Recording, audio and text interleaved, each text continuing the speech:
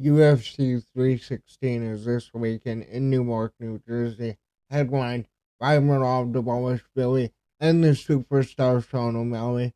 In the co-main event, or should I say the People's main event, Juilianna Pena taking on Kayla Harrison. Let's go through this card. Um, There we go.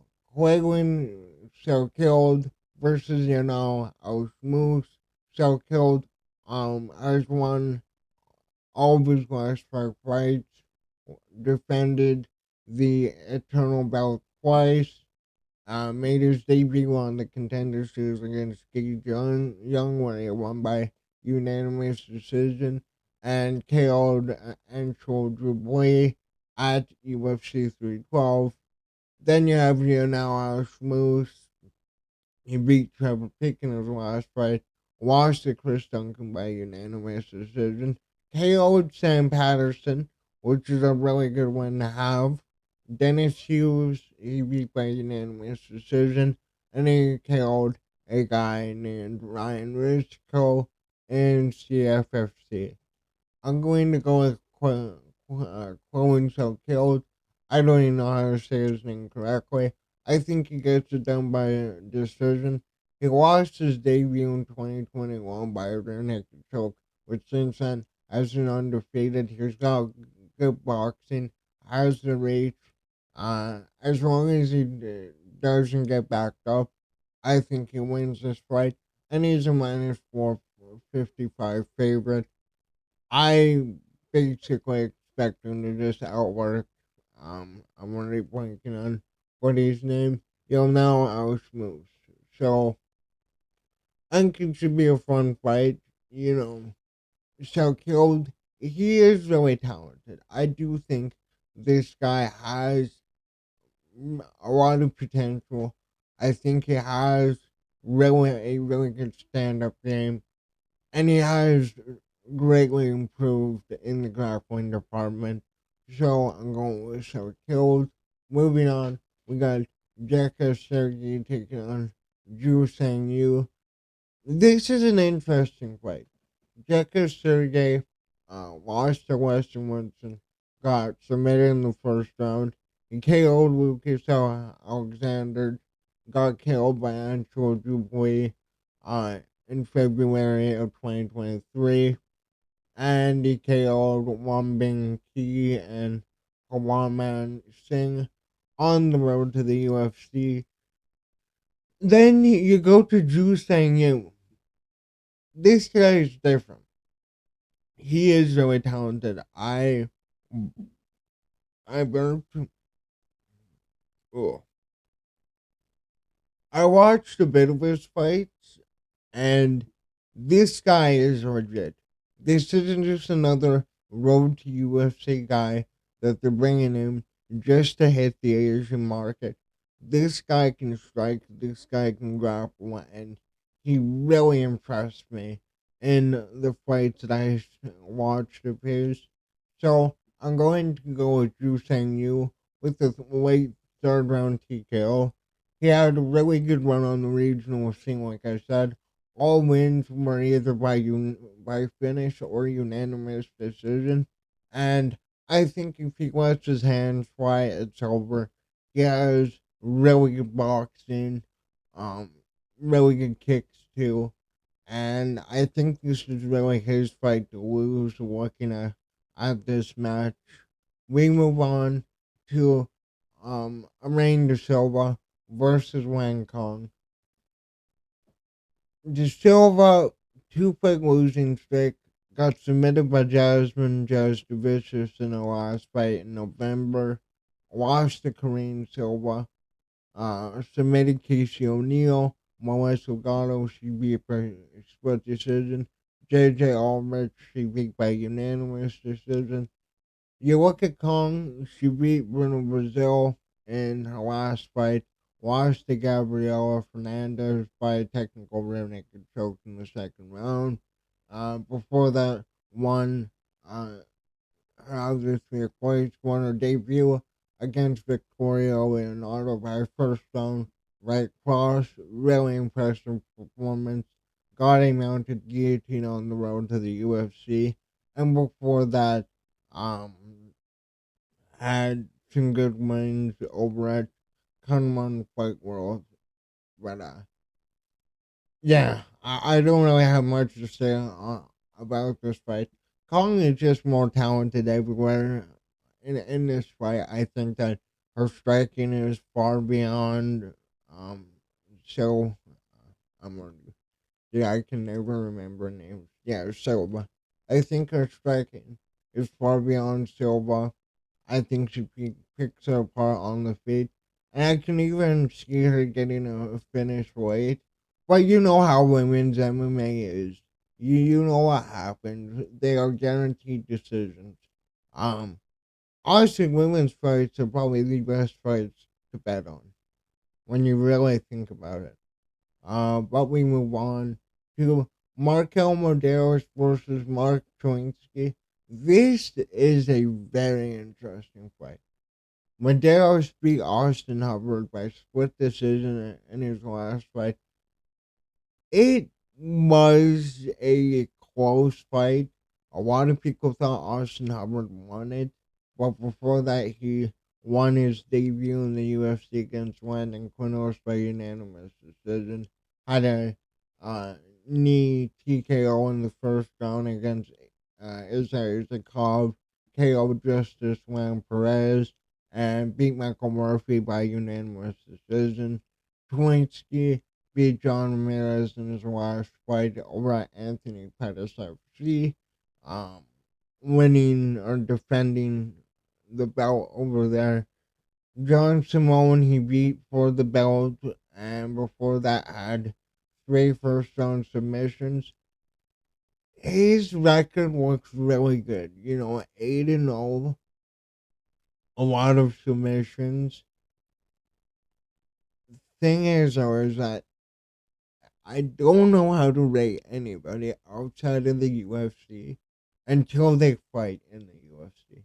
Because how many of these road to UFC fighters, how many fighters from Bellator, which we're gonna get to Patrick Mixon later, how many guys come in with whatever undefeated record from whatever promotion are found out very easily by like a top 50 guy who's, middle of the pack, maybe lost his last two fights, and they go out there and absolutely demolish these fighters.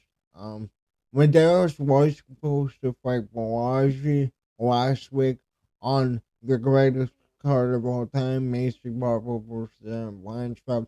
I should have said Gamrot versus Ladovik Klein.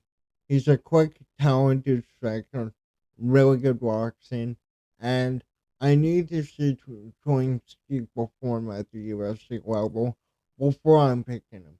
I'm tired of having, oh, this guy with da background. Or like, the big thing of NCAA wrestlers. That is another rant I can go on. Um, but I'm going with Medeiros. He's on a really good run. I think he does have a lot of promise in the UFC and could be a name going forward. We move on to Chaos Williams versus Andreas Gustafsson. Andreas Gustafsson was supposed to fight last week. I'm pretty sure this fight was it this fight? I forgot. But Chaos Williams, we know he lost to Gabriel Bonfim by a Darce choke in the second round in his last fight. Chaos Williams wins fights until he doesn't. And if he doesn't get a knockout early, odds are he loses the fight. He knocked out Carlson Harris in the first round. Rolando Bedoya, he beat by split decision. He had a split decision against Randy Brown, which some people thought he won. I thought that Randy Brown won that fight because, like I said, it's like he'll start off really good, but the moment anything goes bad for him, he crumbles. He KO'd Miguel Bozia in the third round before that. You look at Gustafsson, who just got a TKO against Pat Patek on the Contender Series. Over at FCR, he got 2 wins. A first round knockout over a guy named Dominic Silver and Tony Lampin. Not even gonna act like I know those names. Lost to a guy named Jolton Waterbach by majority decision, and David Holsky KO'd. I looked into Andreas Gustafsson a bit, and there are a lot of holes in his game that I feel like a guy like Chaos Williams can manipulate.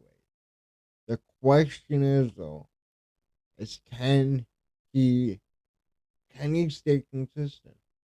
Gustafsson plays in the Williams strategy by being a scrappy fighter. He will engage. The big shots will be thrown. Both of these guys, though, are all or nothing. It is either their greatest performance you'll ever see, or they absolutely crumble the moment they find any adversity in their cage. But we will see.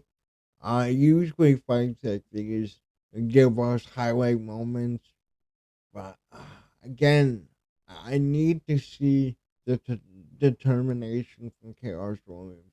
I need to see him stay composed when shit's not going his way. And I just haven't seen that in his career. But I'm going to go with him. The guy with the experience at this level. Basically a UFC veteran at this point.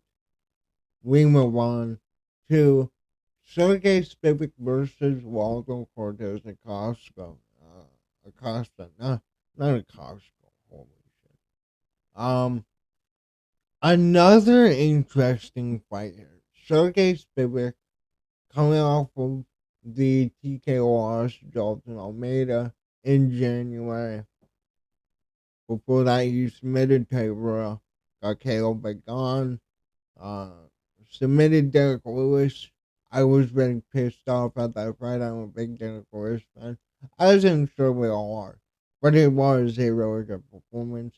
And he KO'd Augusto Sakai. Spivak is one of the best grapplers in the heavyweight division, if not the best grappler. Um, and I feel in this fight that will be his focus.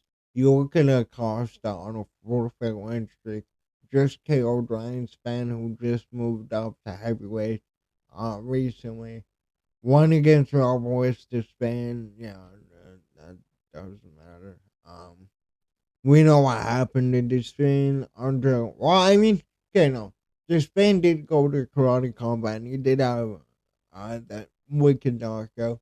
But at the UFC level, Despin got found out quickly. Andre Arlovsky, he beat by unanimous decision back in 2024. And he killed Lucas Preza. His last loss was to Marco Rosario de Lima by unanimous decision. Cortez Acosta is one of the only exceptions to the big belly brawl. Well, he's not even fat either. He actually is built like a heavyweight. But I think that Cortez Acosta gets it done there. I went with a decision.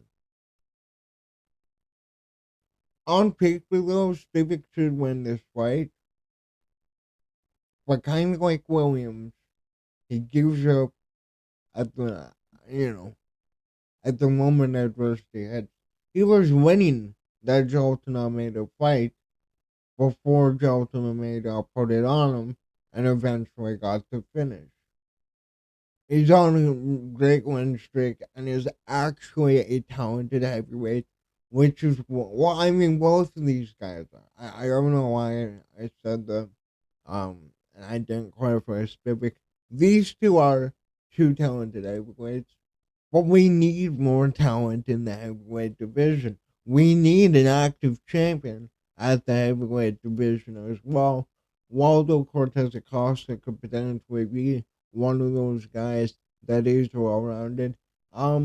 His striking leaves a lot to be desired. I feel like he doesn't have much power as other guys do, but I think that's something he can work on.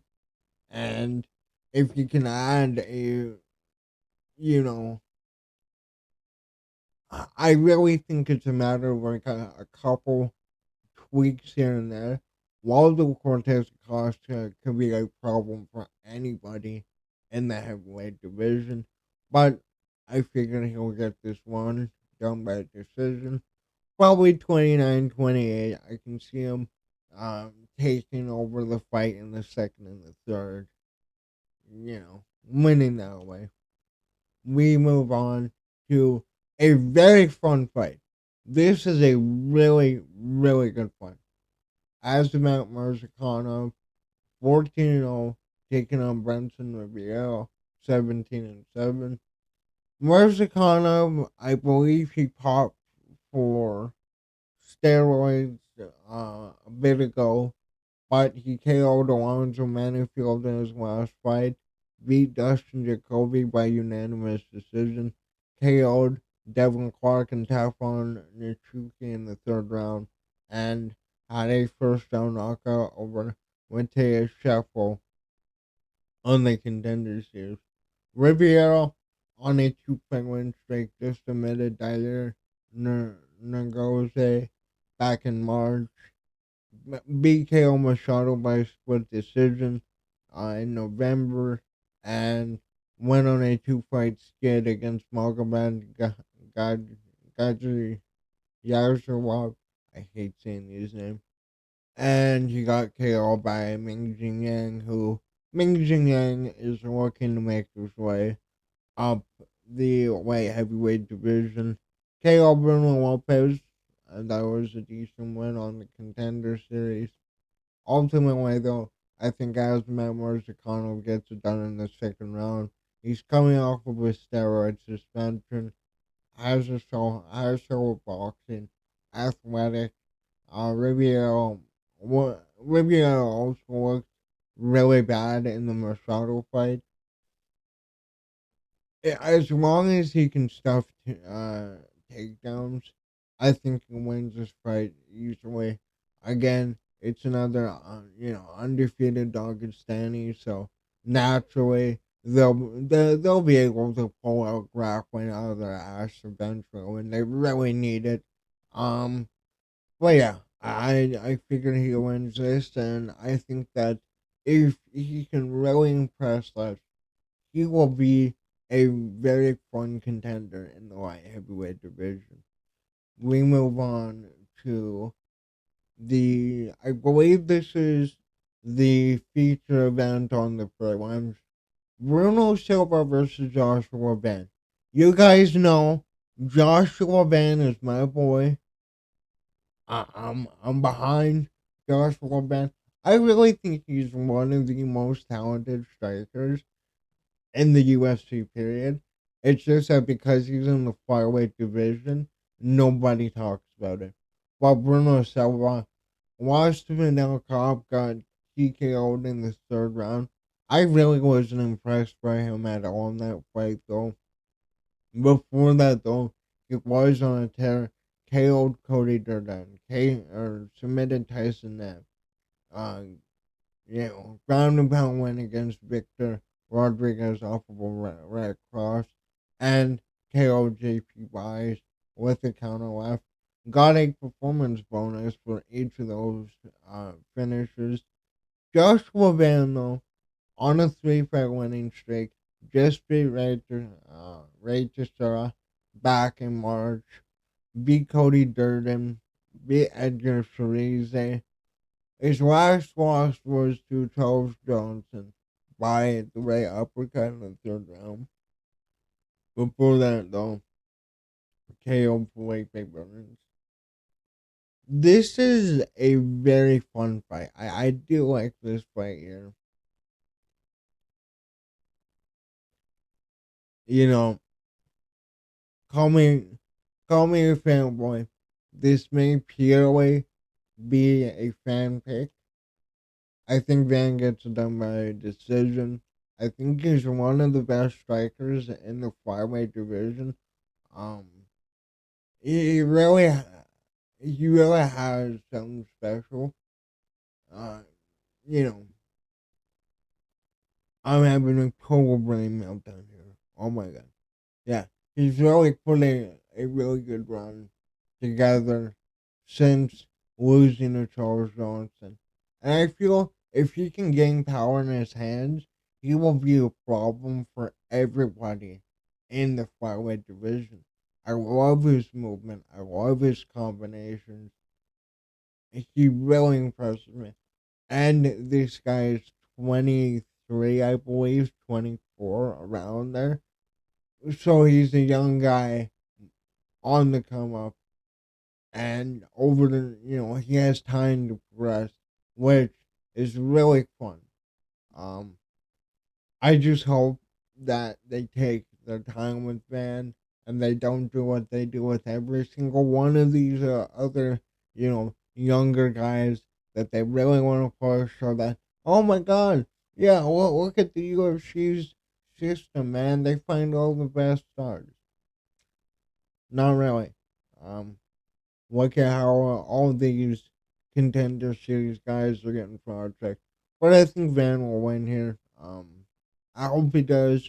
And moving forward, he's one of my favorite fighters, not only in the flyweight division, but in all of UFC, period. Thank you to whoever subscribed. We move on here to the main card. Vicente Luque taking on Kevin Holland. This is a fight that I struggle with. This is a really tough fight for me to pick because it genuinely depends on what version of Kevin Owens shows up. And that is every single fight that Kevin Owens has. You go look at Luke though. He's coming off of a first round submission over the Thenwicker Rainbow. Got a I got a performance bonus from that. Got KO by Walking Buckley. Walking Buckley is about to fight former champion Kamal Usman. Beat RDA. Got KO by Jeff Neal. Lost to Bilal Muhammad, who went on to win the belt. Okay, he's not where he was before. He kind of had a fall from grace. He's just, he's right there in terms of being bounced out of the welterweight rankings. Kevin Holland, though, it's tricky. It really is tricky. He beat Gunnar Nelson in his last fight. Like, I picked Gunnar Nelson to beat him. Got submitted by Renan Ritter. Broke his rib against Roman Duidze. Submitted Michael Zachuk. Lost to Michael Benham's Page. And I believe MVP's debut. Yeah. Um, this fight is solely dependent on what version of Kevin Owens we get. Kevin Owens will look like a champion level fighter one fight, and it will look like he doesn't even belong in the UFC the next fight. And I think he really has the perfect build for welterweight. A lot of these guys say that Kevin Owens is the hardest puncher that they've ever fought. But it's motivation. It's a discipline that he lacks. Where, no. I'm going to go with Kevin Holland by a second round TKO. But this fight is entirely dependent on which version of Kevin Holland we get. Luke's kryptonite recently has been power punchers. Jeff Neal, guys like that, who can land a massive shot and put him out. Which Kevin Holland, that's his bread and butter, right? Kevin Holland is a really good grappler too. Uh, I cannot bet on Kevin Holland anymore. I do not know what version of Kevin we're gonna get. And this dude, like, I forgot who said it, But I totally agree with him. Kevin Holland, a disciplined Kevin Holland, would absolutely be a champion. 100%. This guy could get the belt. Maybe not going a wicked way wrong long run, but I could definitely see him being a champion if you took it more seriously.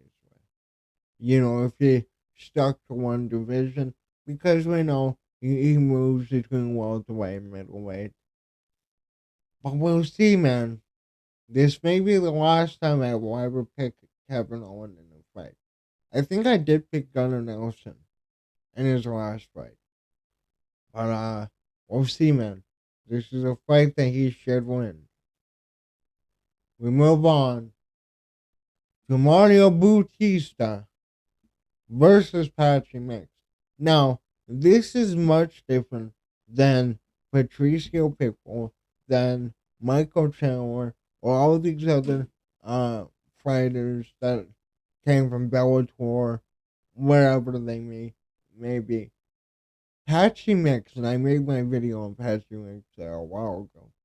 This guy is 31, 30, I think 30 years old. He's 20-1.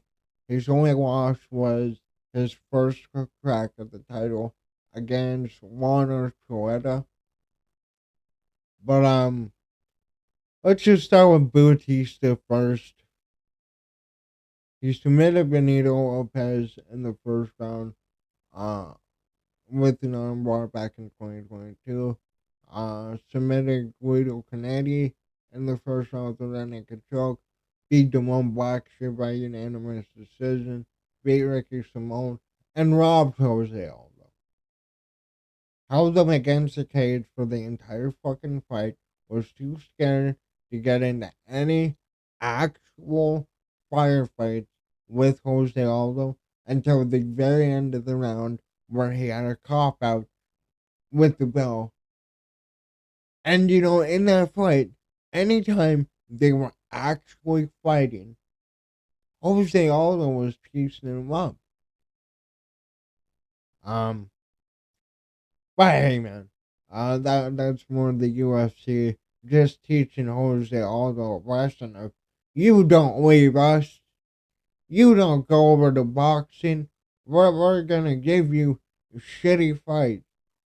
But I mean, hey, the UFC puts on the fights the fans want to see. Absolutely. Volk versus Yair too. That's what you guys want. I still need to make a rant on that fight. But you look at Patchy Mix. His last fight was May of last year.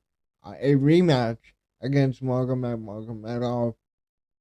It went to a split decision. It was close. But the thing with Patchy Mix is he's one of the greatest grapplers we have seen in the sport of mixed martial arts. And as he has progressed in his career, he really has developed a really good striking game. He's understanding distance, and he has a really good body frame for MMA. Long arms, long legs.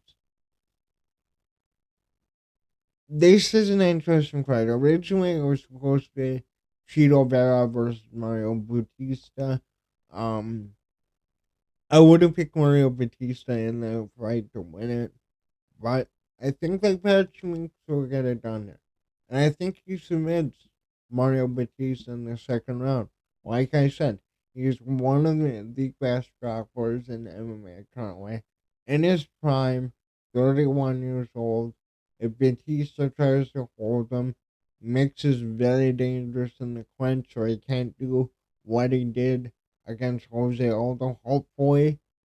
And also, too, Batista was training for Marlon Vera, which is a completely different um, fighter from a guy like Patrick Mix. Different body frame, like I mentioned. And I think Mix can get it done. I think that, you know, but if Mario wants to play, the clinch game, Mix can trip him, Mix can find maybe a standing guillotine, or make him really regret clinching him by some good strikes, you know, to the body or whatever. Again, though, it just depends on how it translates over to the UFC, right? Because, again, we've seen a lot of guys, the guys that come over from all these organizations, and it does not work well. Really, the only guy I can think of that recently came to the UFC from a different organization that has had a lot of success is Renee Ritter. Um, which Renee Ritter is fucking unbelievable. Like he has the kickboxing, he has the grappling. I do not know why people were surprised about the Bo Nickel fight. I know it's completely irrelevant to this card, but like again, I do not get how people have Bo Nickel as a favorite in that fight. If you knew anything about Renier Director or the sport of MMA, that was the worst matchup they could have given Bo Nickel. But back to Patrick Mix. I think he is a very, very tough fight for a lot of these guys. I think that a fight with him and Merab would be really fun. Him and Usman. And he's trained with Umar and Merab, which I should have put that down there. So he knows what to expect at the UFC level. We know that he's married to Tatiana Suarez. He was at last week's last week's fight night card. But yeah, I think that Patrick Mix will get it done here by second round sub, and we'll see uh how much they push Patrick Mix. Maybe they give him an immediate title shot after Mario Batista, but I highly doubt it. I don't. We'll see. We move on though to Calvin Gastelum versus Joe Pyfer. I have no idea why this fight is so high on the card. Um, but it is. Calvin Gastelum beat Daniel Rodriguez in his last fight. Got submitted by Sean Brady. And the fight before that, but I mean, hey, Sean is now the number one contender. Beat Chris Curtis by unanimous decision. Got a performance bonus for it. Lost two other decisions to Jared Cannonier, Robert Whitaker. Not bad losses. We know Calvin Gastelum. We know what to expect. He's a gritty guy, really good chin. But he's moving up to middleweight now. This is in middleweight, and he's against Joe Piper, who just killed Marc Andre Barrier, who was able to get back in the win column recently. Lost to Jack Hermanson, not a bad loss to have. Submitted Abdul Razak Al Hassan by an arm triangle in the second round. KO'd Joe Marshart and KO'd Alan Ahmedovitsky. I hate saying some of these names, dude. It's so stupid. Neither names. Well, I guess I can call your name stupid. There's no way around it. Yeah, your names are stupid. Um, Ultimately, though, I think Piper, he will either get this done by decision, or I see it being by doctor stoppage. Piper can knock out Gastelum, but he has one of the best chins we've ever seen in the UFC. He went up against Whitaker, Izzy, all the top guys are middleweight, and none of them had an answer for it. Piper has good grappling, and he trained with Strickland for this fight, where I feel Piper has, well, he has a height advantage. He has a power advantage. If he can add a better submission game than the other, well, not even a submission game, but a grappling game, I think this is a nightmare matchup for Gastelum. But you never know. Gastelum is just one of those guys that will go out there, grit out a decision, and you know, at the least make it competitive. But I'm going with Piper. Again, I have no idea of how this is the feature fight. It makes no sense to me. Like, and it's every card too. Like, I think I just noticed that like on all these fighting cards, you will have like the fight you're looking forward to will be like the fourth, fifth fight on the main card, and then there's just a random, you know, um, feature fight that means nothing for the rankings. Like, what does this do for the middleweight division? I mean, you get paid for another win, but like, how is this advancing anything? I don't get it. Then again, fucking matchmaking makes absolutely no sense in 2025. I will make a video on Jan versus McGee. I will working on that one. We move on to the co-main event, or should I say the Pico's main event. Juilianna Pena taking on Kayla Harrison. We know Pena won the belt against Raquel Pennington. I always thought Raquel Pennington won that fight, and I thought it was pretty clear she won that fight. She lost to Amanda Nunes in the rematch, got absolutely walked. And in the fight that she submitted Amanda Nunes, Amanda worked off. And I don't mean, well, I do mean to discredit the win. But like, the version of Amanda Nunes we got in this fight compared to the second fight, it was like Amanda Nunes was sick or something. Like, she was slow, she was hesitant. Well, before that, she submitted Sarah McMahon, got submitted by Durand. I hate saying these names. I don't know though, because I keep picking against Pena and she keeps winning. Um, we go on to Harrison though. Well, we know what we're getting with Harrison. Harrison has been, long awaiting to come over to the UFC. She made her debut against Holm, submitted her in the second round, had a fight against Kellen Vieira over in October, and won by unanimous decision. Vera just got back in the win column as well against Macy Shayson. Um, but yeah, beat Aspen Ladd in the last fight PFL. Lost to Orisa Pacheco by unanimous decision um, in 2022 November, and beat Martina Jandarova by a first round triangle. I will say I keep flip flopping. My head says Harrison, but my gut feeling is that I can see Pena getting dominated the first three rounds, and then like fucking around, finding a submission in the fourth and fifth, and keeping the belt. Ultimately, though, I'm going to go with Kayla Harrison. I'm going to go with the decision.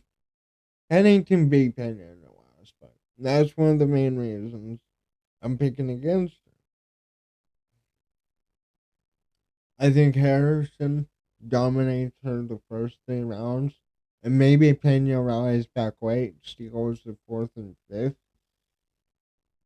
But ultimately, I think that Kayla Harrison, the pressure she can put on, I think that Pena definitely has better striking, in my opinion.